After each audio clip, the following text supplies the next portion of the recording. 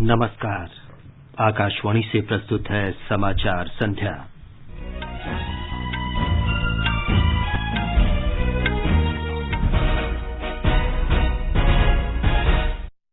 संसद के दोनों सदनों में पेगासस जासूसी, कृषि कानूनों और अन्य मुद्दों पर विपक्ष के हंगामे के कारण गतिरोध जारी।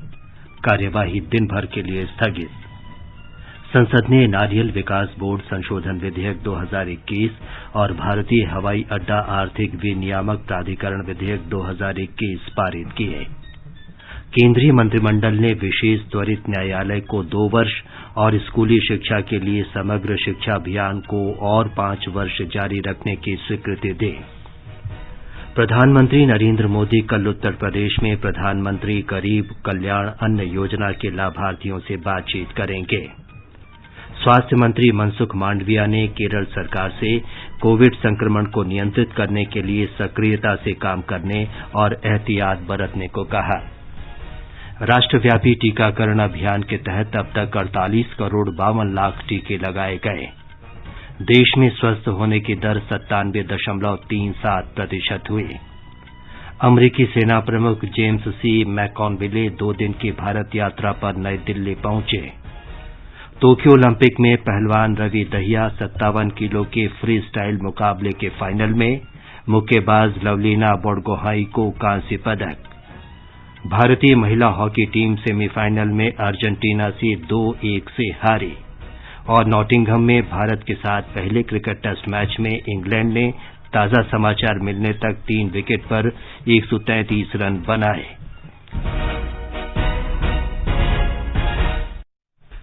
समाचार संध्या में अतहर सईद के साथ मैं विमलेंदु पांडे। देश भर में 18 वर्ष से अधिक आयु वर्ग के लिए सरकारी केंद्रों में निःशुल्क कोविड टीकाकरण अभियान जारी है। युवाओं से आग्रह है कि टीका जरूर लगवाएं और अन्य लोगों को भी इसके लिए प्रोत्साहित करें।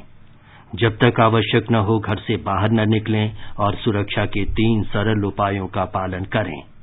मास्क लगाएं, 2 गज की सुरक्षित दूरी बनाए रखें और हाथ और चेहरा साफ रखें।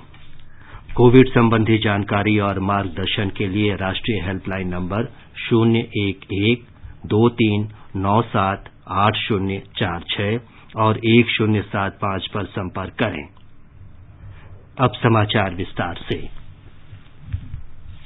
संसद के दोनों सदनों में पेगासस जासूसी, कृषि कानूनों और अन्य मुद्दों पर विपक्ष के विरोध के कारण आज भी गतिरोध बना रहा और कार्यवाही दिन भर के लिए स्थगित करनी पड़ी।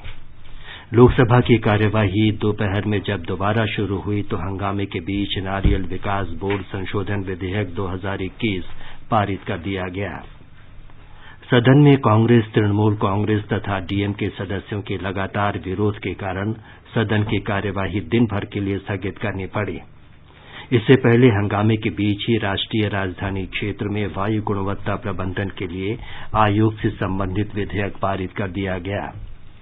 लोकसभा अध्यक्ष ने भोजनावकाश से पहले के सत्र में विपक्ष के स्थगन प्रस्ताव को नामंजूर कर दिया, जिसके बाद कांग्रेस, तृणमूल कांग्रेस और वाम दलों के सदस्य इसके विरोध में नारेबाजी करते हुए सदन के बीचों बीच आ गए। इससे पहले भी विपक्षी सदस्य सदन के बीचों बीच आकर विरोध जता रहे थे। उधर राज्यसभा में भी इन्हीं मुद्दों पर विपक्षी सदस्यों का हंगामा जारी रहा। सदन की कार्यवाही दूसरे स्थगन के बाद जब 3 बजे शुरू हुई तो विपक्षी सदस्य एक बार फिर सदन में हंगामा करने लगे।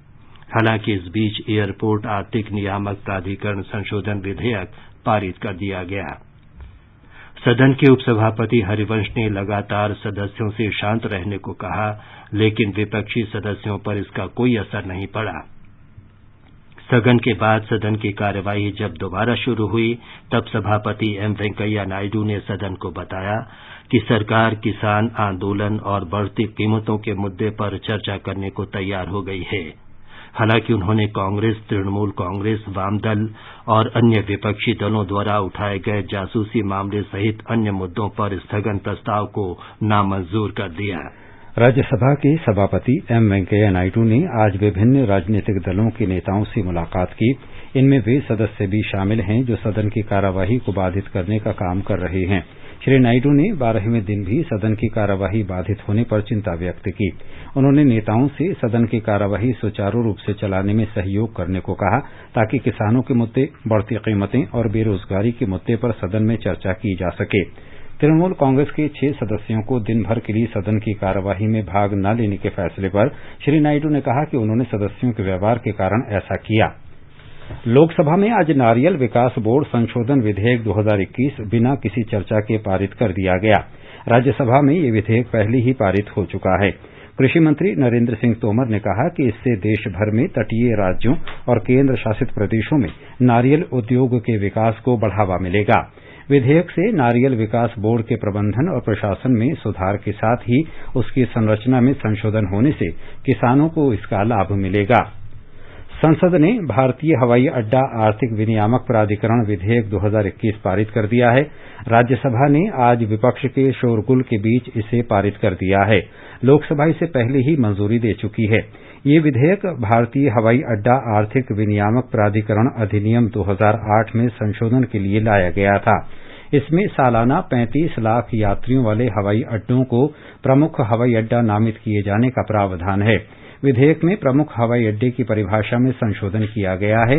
इसमें ये प्रावधान भी किया गया है कि केंद्र सरकार हवाई अड्डों का वर्गीकरण कर सकती है। केंद्रीय मंत्रिमंडल ने देश भर में 1023 विशेष त्वरित न्यायालय की योजना और 2 साल जारी रखने की मंजूरी दी है। सूचना और प्रसारण मंत्री अनुराग ठाकुर ने बताया कि इन अदालतों को 31 मार्च 2023 तक जारी रखने की स्वीकृति दी गई है।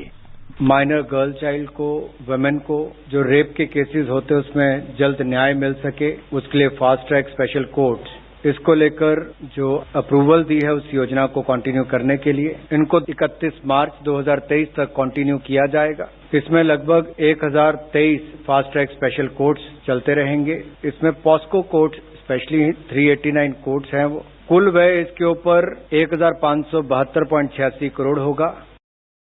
मंत्रिमंडल ने स्कूली शिक्षा के लिए समग्र शिक्षा योजना को और 5 साल यानी 31 मार्च 2026 तक जारी रखने को भी मंजूरी दी। श्री ठाकुर ने बताया कि इस योजना के तहत विद्यार्थियों को कौशल प्रदान करने पर अधिक ध्यान केंद्रित किया जाएगा।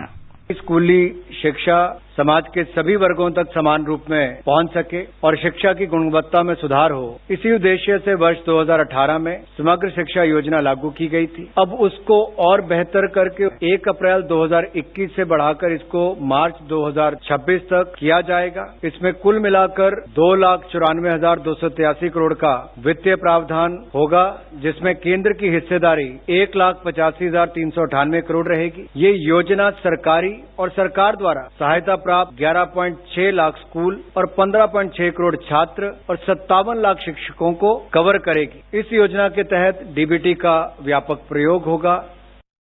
केंद्रीय मंत्रिमंडल ने शैक्षिक कार्यक्रमों और अनुसंधान के लिए भारतीय अंतरिक्ष विज्ञान और प्रौद्योगिकी संस्थान तथा नीदरलैंड्स के डेल्फ्ट यूनिवर्सिटी ऑफ टेक्नोलॉजी के बीच समझौता ज्ञापन को मंजूरी दे दी है। इस समझौते से विज्ञान और प्रौद्योगिकी के क्षेत्र में नई अनुसंधान गतिविधियों और अनुप्रयोग का पता लगाने को प्रोत्साहन मिलेगा। राष्ट्रपति रामनाथ कोविंद ने कहा है कि भारत की सेना राष्ट्र की सर्वाधिक सम्मानित संस्थाओं में है। उन्होंने आज तमिलनाडु के वेलिंगटन में रक्षा सेवा स्टाफ कॉलेज के 77वें स्टाफ कोर्स के अधिकारियों को संबोधित किया। राष्ट्रपति ने कहा कि सेना ने अपने अथक प्रयासों और सर्वोच्च बलिदान से नागरिकों का सम्मान अर्जित किया है। The armed forces have earned the regard of the fellow citizens by untiring efforts and great sacrifices. They have rendered invaluable services to the nation during the times of war and peace. They have discharged their duties with dedication and courage while facing internal and external security challenges and in times of natural calamities. राष्ट्रपति ने कहा कि राष्ट्र चुनौतीपूर्ण समय से गुजर रहा है क्योंकि भौगोलिक, सामरिक और राजनीतिक परिस्थितियों ने सुरक्षा स्थिति को जटिल बना दिया है। उन्होंने कहा कि कम तीव्रता वाले संघर्षों, आतंकवाद से निपटने की कार्रवाई और अन्य समस्याओं ने अनेक चुनौतियां पैदा की हैं। In these changing times, we have to think of new ways to secure our national interests and ensure our national security. This would require a fresh approach. I am told that during the staff course, you will be given comprehensive inputs to help you understand the changing dynamics. With an understanding of the larger picture, उपराष्ट्रपति M Venkaiah Naidu ने किशोर न्याय और बाल संरक्षण अधिनियम में हाल के संशोधन का स्वागत किया है। उन्होंने इस कानून के जमीनी स्तर पर प्रभावी कार्यान्वयन की आवश्यकता पर बल दिया है। श्री नायडू ने महिला और बाल विकास मंत्री स्मृति ईरानी से कहा कि उन्हें अनाथ बच्चों से संबंधित मुद्दों पर अनेक सुझाव मिले थे। श्रीमती ईरानी ने हाल ही में राज्यसभा में पारित किशोर न्याय और बाल संरक्षण संशोधन विधेयक 2021 की प्रमुख विशेषताओं के बारे में उपराष्ट्रपति को जानकारी दी थी। उन्होंने ये भी बताया कि हाल के संशोधनों से जिला मजिस्ट्रेट और अपर जिला मजिस्ट्रेट को अनाथ बच्चों को गोद लेने और ऐसे बच्चों की सुरक्षा सुनिश्चित करने के अधिकार दिए गए हैं। प्रधानमंत्री नरेंद्र मोदी कल वीडियो कॉन्फ्रेंस के जरिए दिन में 1 बजे उत्तर प्रदेश में प्रधानमंत्री गरीब कल्याण अन्न योजना के लाभार्थियों के साथ बातचीत करेंगे। मुख्यमंत्री योगी आदित्यनाथ भी इस अवसर पर मौजूद रहेंगे। उत्तर प्रदेश में कल प्रधानमंत्री गरीब कल्याण योजना दिवस मनाया जाएगा। राज्य में बड़े पैमाने पर जागरूकता कार्यक्रम शुरू किए जाएंगे ताकि ये सुनिश्चित किया जा सके कि इस कार्यक्रम का लाभ लेने से कोई लाभार्थी बच न सके। राज्य के करीब 15 करोड़ लाभार्थियों को प्रधानमंत्री गरीब कल्याण अन्न योजना के माध्यम से मुफ्त राशन मिल रहा है। राज्य में करीब 80,000 उचित दर की दुकानें इस कार्यक्रम के लाभार्थियों को अनाज वितरित कर रही हैं। ये समाचार हमारी वेबसाइट newsonair.com/hindi और हमारे mobile app news on AIR पर भी उपलब्ध हैं। चलो मिलकर एक शुरुआत करें, चलो एक फैसला आज करें, मास्क नहीं तो टोकेंगे, कोरोना को रोकेंगे, चलो एक इरादा करते हैं, चलो कुछ वादा करते हैं, मास्क नहीं तो टोकेंगे, कोरोना को रोकेंगे। समाचार संध्या में आपका फिर स्वागत है। आगे बढ़ने से पहले मुख्य समाचारों पर एक नजर। संसद के दोनों सदनों में पेगासस जासूसी, कृषि कानूनों और अन्य मुद्दों पर विपक्ष के हंगामे के कारण गतिरोध जारी, कार्यवाही दिन भर के लिए स्थगित। संसद ने नारियल विकास बोर्ड संशोधन विधेयक 2021 और भारतीय हवाई अड्डा आर्थिक विनियामक प्राधिकरण विधेयक 2021 पारित किए। केंद्रीय मंत्रिमंडल ने विशेष त्वरित न्यायालय को 2 वर्ष तथा स्कूली शिक्षा के लिए समग्र शिक्षा अभियान को और 5 वर्ष जारी रखने की स्वीकृति दी। प्रधानमंत्री नरेंद्र मोदी कल उत्तर प्रदेश में प्रधानमंत्री गरीब कल्याण अन्न योजना के लाभार्थियों से बातचीत करेंगे। स्वास्थ्य मंत्री मनसुख मांडविया ने केरल सरकार से कोविड संक्रमण को नियंत्रित करने के लिए सक्रियता से काम करने और एहतियात बरतने को कहा। राष्ट्रव्यापी टीकाकरण अभियान के तहत अब तक 48 करोड़ 52 लाख टीके लगाए गए। देश में स्वस्थ होने की दर 97.37% हुई। अमेरिकी सेना प्रमुख जेम्स सी मैककॉनविले 2 दिन की भारत यात्रा पर नई दिल्ली पहुंचे। टोक्यो ओलंपिक में पहलवान Ravi Dahiya 57 kilogram freestyle मुकाबले के फाइनल में मुक्केबाज लवलीना बोरगोहाई को कांस्य पदक। भारतीय महिला हॉकी टीम सेमीफाइनल में अर्जेंटीना से 2-1 से हारी। और नॉटिंघम में भारत के साथ पहले क्रिकेट टेस्ट मैच में इंग्लैंड ने ताजा समाचार मिलने तक 3 विकेट पर 138 रन बनाए।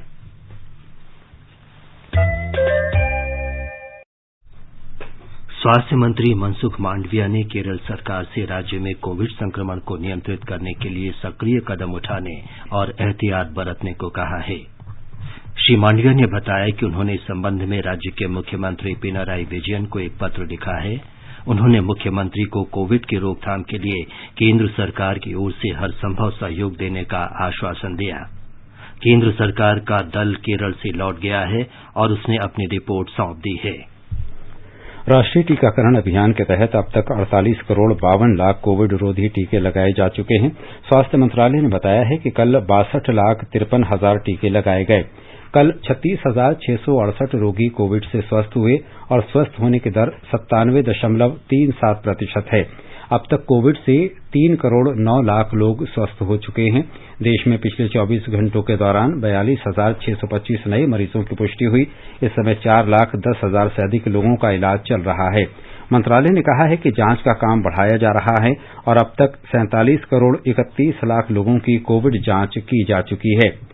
स्वास्थ्य मंत्रालय ने कहा है कि केंद्र ने राज्यों और केंद्र शासित प्रदेशों को अब तक 50 करोड़ 37 हजार कोविड टीके उपलब्ध कराए हैं और 49 लाख 19 हजार टीके जल्द ही उन्हें दिए जाएंगे।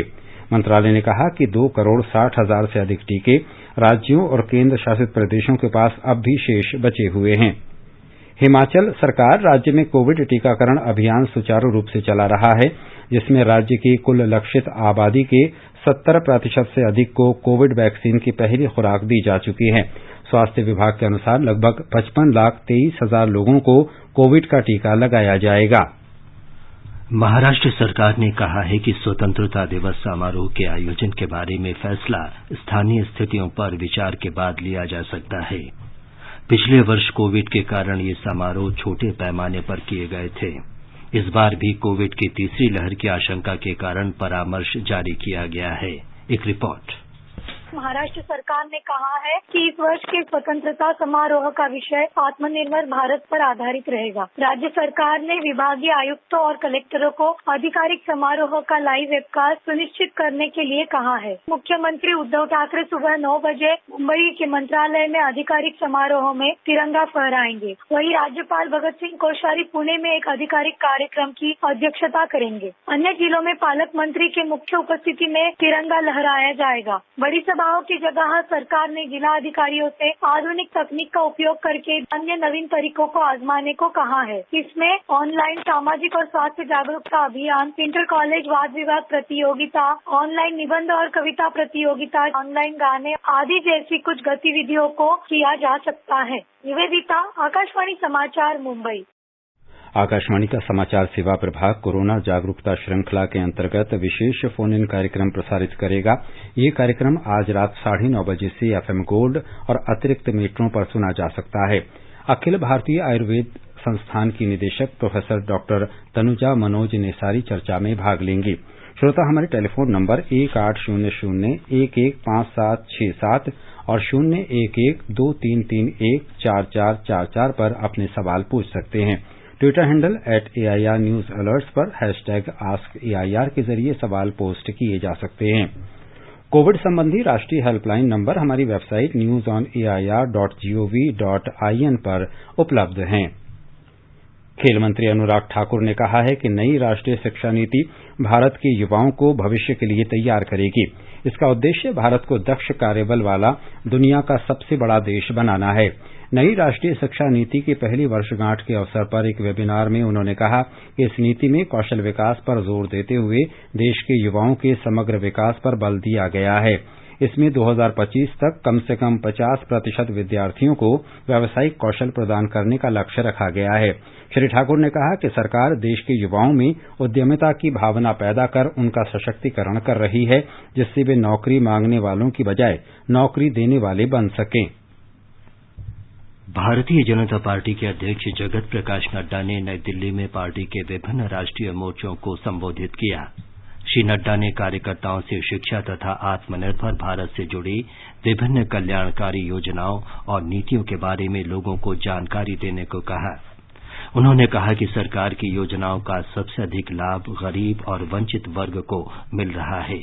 जो नीतियां माननीय प्रधानमंत्री जी ने सार्वजनिक रूप से सबके लिए की है, उन नीतियों में भी सबसे ज्यादा लाभ मिल रहा है तो हमारे अनुसूचित जाति को मिल रहा है। योजनाएं सबकी हैं, लेकिन लाभान्वित बड़ी संख्या में हमारे भाई लोग हुए। स्कीम्स के दृष्टि से जो अनुसूचित जाति के लिए, उनके पढ़ने के लिए, उनके विकास के लिए, उनको मुख्य धारा में लाने के लिए जो पीछे छूट है उनको साथ में शामिल करने का काम यह किया तो मोदी जी की सरकार ने किया।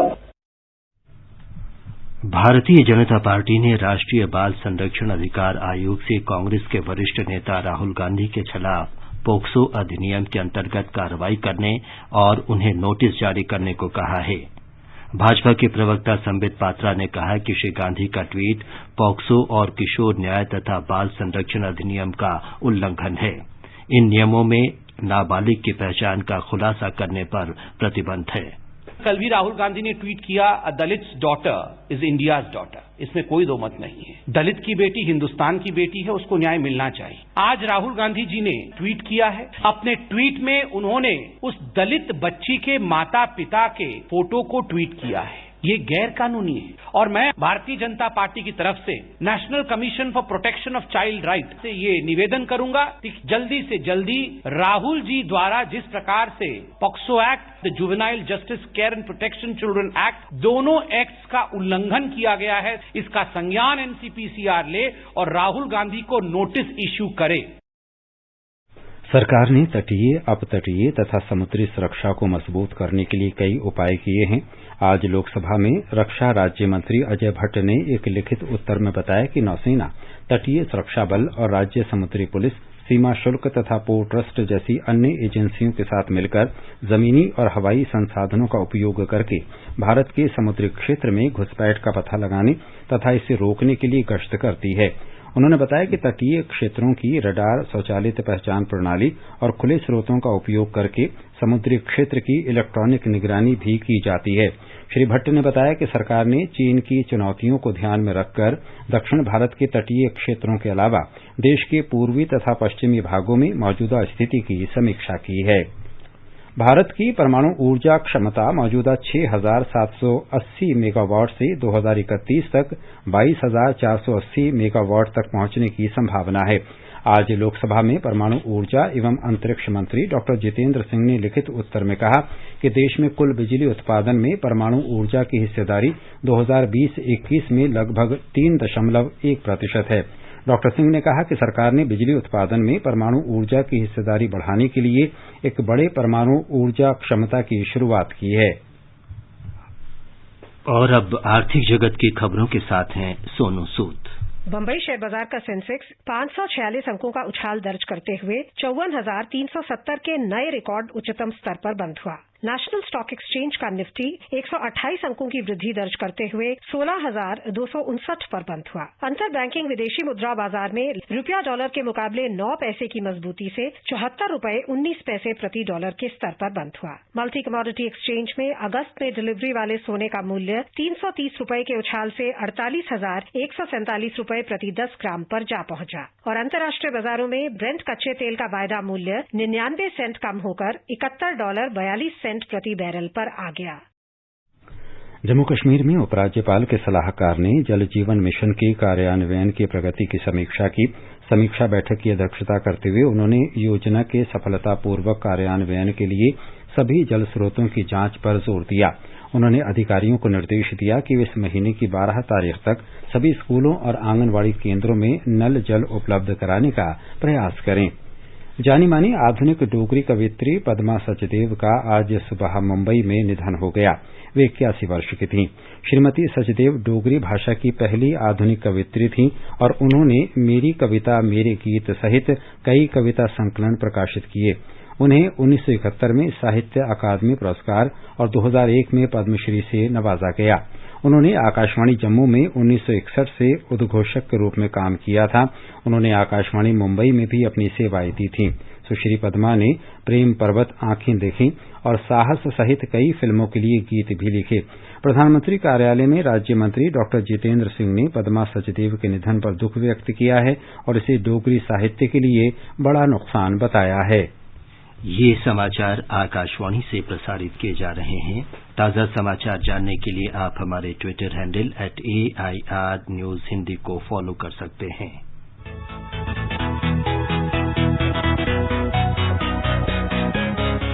दुनिया रंग बिरंगी, खट्टे मीठे रसीले समाचारों का सतरंगी खजाना आकाशवाणी पर। खबरें होंगी हटकर, जानेंगे कुछ अलग, हंसेंगे खुलकर, करेंगे सजग। सुनना न भूलें सोमवार और मंगलवार आज सवेरे तथा शनिवार और रविवार कार्यक्रम परिक्रमा में।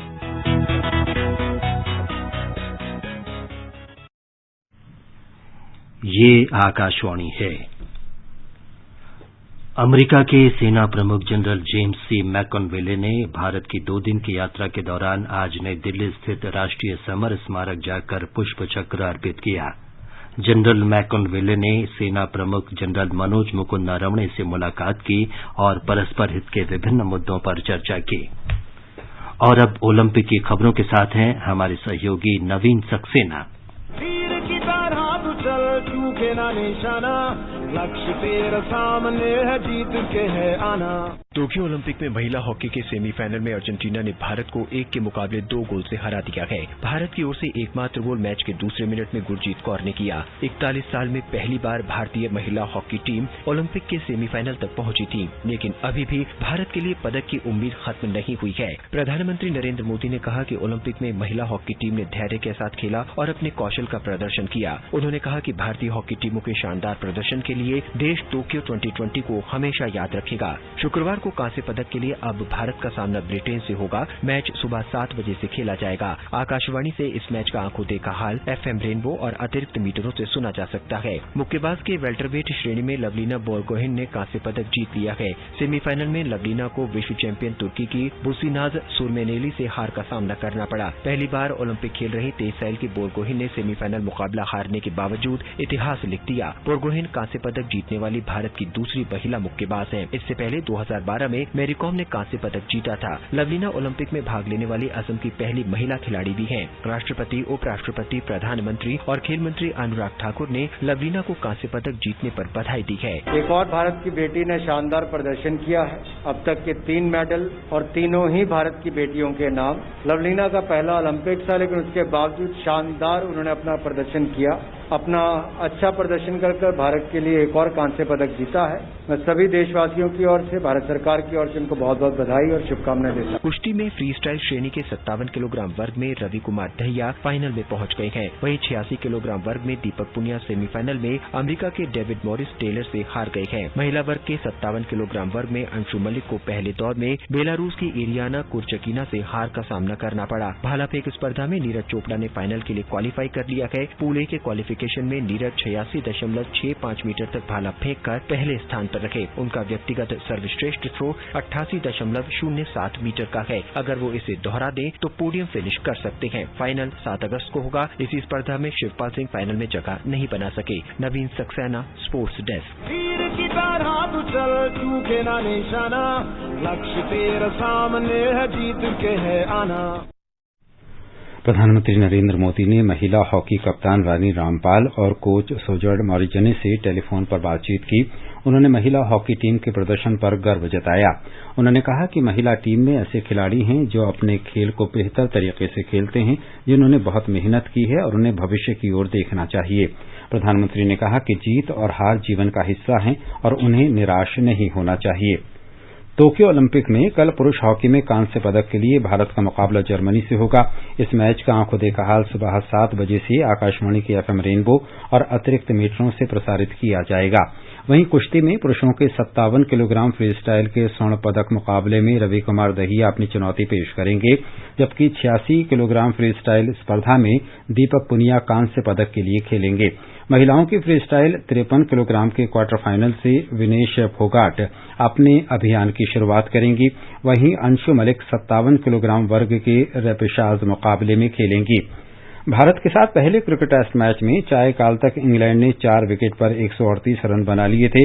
मोहम्मद शमी ने 2 जबकि जसप्रीत बुमराह और मोहम्मद सिराज ने 1-1 विकेट लिया। अंत में मुख्य समाचार एक बार फिर। संसद के दोनों सदनों में पेगासस जासूसी, कृषि कानूनों और अन्य मुद्दों पर विपक्ष के हंगामे के कारण गतिरोध जारी। कार्यवाही दिन भर के लिए स्थगित। संसद ने नारियल विकास बोर्ड संशोधन विधेयक 2021 और भारतीय हवाई अड्डा आर्थिक विनियामक प्राधिकरण विधेयक 2021 पारित किए। केंद्रीय मंत्रिमंडल ने विशेष त्वरित न्यायालय को 2 वर्ष और स्कूली शिक्षा के लिए समग्र शिक्षा अभियान को और 5 वर्ष जारी रखने की स्वीकृति दी। प्रधानमंत्री नरेंद्र मोदी कल उत्तर प्रदेश में प्रधानमंत्री गरीब कल्याण अन्न योजना के लाभार्थियों से बातचीत करेंगे। स्वास्थ्य मंत्री मनसुख मांडविया ने केरल सरकार से कोविड संक्रमण को नियंत्रित करने के लिए सक्रियता से काम करने और एहतियात बरतने को कहा। राष्ट्रव्यापी टीकाकरण अभियान के तहत अब तक 48 करोड़ 52 लाख टीके लगाए गए। टोक्यो ओलंपिक में पहलवान रवि दहिया 57 किलो के फ्री स्टाइल मुकाबले के फाइनल में मुक्केबाज लवलीना बोरगोहाई को कांस्य पदक। और नॉटिंघम में भारत के साथ पहले क्रिकेट टेस्ट मैच में इंग्लैंड ने ताजा समाचार मिलने तक 4 विकेट पर 138 रन बनाए। इसके साथ ही समाचार संध्या का ये अंक समाप्त हुआ। नमस्कार।